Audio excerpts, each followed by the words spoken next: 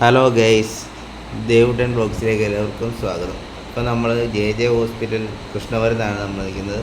ദേവുട്ടൻ്റെ വല്യമ്മയാണ് ഈ കാണുന്നത്. വല്യമ്മയുടെ 11 വർഷത്തെ കാലത്തെ നീണ്ട കാത്തിരിപ്പിനൊടുവിൽ ഇപ്പോൾ ഒരു കുഞ്ഞാവ് പിറക്കാൻ പോവുകയാണ്.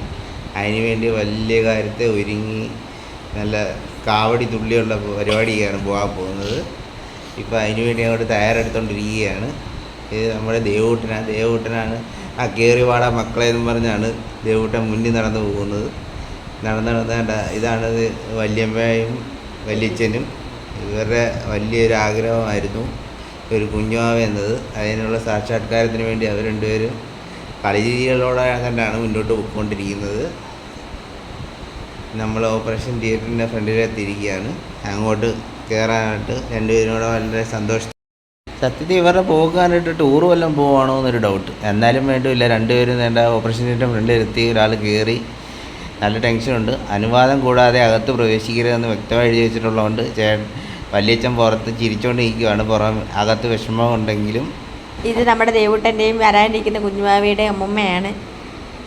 ഇതെൻ്റെ ലേബർ റൂമിൻ്റെ വാതയ്ക്ക് മണിക്കുട്ടനും വല്യച്ഛനും കുഞ്ഞുമാവയ്ക്ക് വേണ്ടിയുള്ള കാത്തിരിപ്പിൽ ടെൻഷനായിട്ടിരിക്കുകയാണ്. പിന്നെ എല്ലാവരും കൂടെ വന്ന് നമ്മൾ ലേബർ റൂമിൻ്റെ വാതിക്കൽ ഇങ്ങനെ വെയിറ്റ് ചെയ്യുകയാണ്. കുഞ്ഞുവാവ കരച്ചിൽ കേട്ടെന്ന് ഓരോരുത്തർ പറയുന്നുണ്ട്, പക്ഷെ കുഞ്ഞുവാവയുടെ കരച്ചിൽ കേൾക്കുന്നില്ല. അങ്ങനെ നമ്മൾ ഓരോരുത്തർ ഇങ്ങനെ ഫോൺ ചെയ്തുകൊണ്ടിരിക്കുന്നുണ്ട്. അപ്പം ഫോണിൽ പറയുന്നുണ്ട് ഇതുവരെ പ്രസവം കഴിഞ്ഞിട്ടില്ലെന്ന് പറയുന്നുണ്ട്. അങ്ങനെ നമ്മൾ ടെൻഷനോടെ അങ്ങനെ ഇരിക്കാൻ നമ്മുടെ കുഞ്ഞുവാവ കയ്യിലെത്തി. മോളാണ്.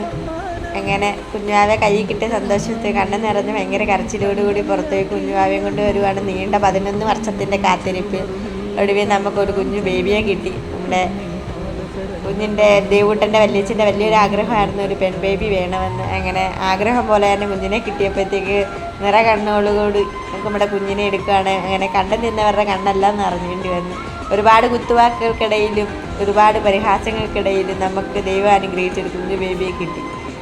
പലരുടെയും കുഞ്ഞുങ്ങളെ കൈ കൊടുക്കാൻ പോലും മടി കാണിച്ച് ഒരു സിറ്റുവേഷനിൽ കൂടെ തന്നെ അവർ കടന്നു പോയിട്ടുണ്ട്. ഒരുപാട് അബോർഷനിൽ നിന്നും അവർ കടന്നു പോയിട്ടുണ്ട്. അങ്ങനെ എല്ലാം കടന്നു പോയ ദൈവം അനുഗ്രഹിച്ചൊരു കുഞ്ഞുമാവെ നമ്മുടെ കയ്യിൽ കിട്ടിയിരിക്കുകയാണ്. അങ്ങനെ നമ്മൾ ദേവുട്ടൻ്റെ വല്യമ്മയ്ക്ക് എങ്ങനെ ഉണ്ടെന്ന് അന്വേഷിക്കുകയൊക്കെ ചെയ്യുകയാണ്. അങ്ങനെ കുഞ്ഞു ബേബിയെ നമ്മളെല്ലാവരും ഉമ്മ വെച്ച് നമ്മുടെ ദേവുട്ടന് ഉമ്മ കൊടുത്ത്, അങ്ങനെ ആർക്കും ഉമ്മ കൊടുക്കാതെ ദേവുട്ടൻ കുഞ്ഞുമാവിക്ക് ഉമ്മ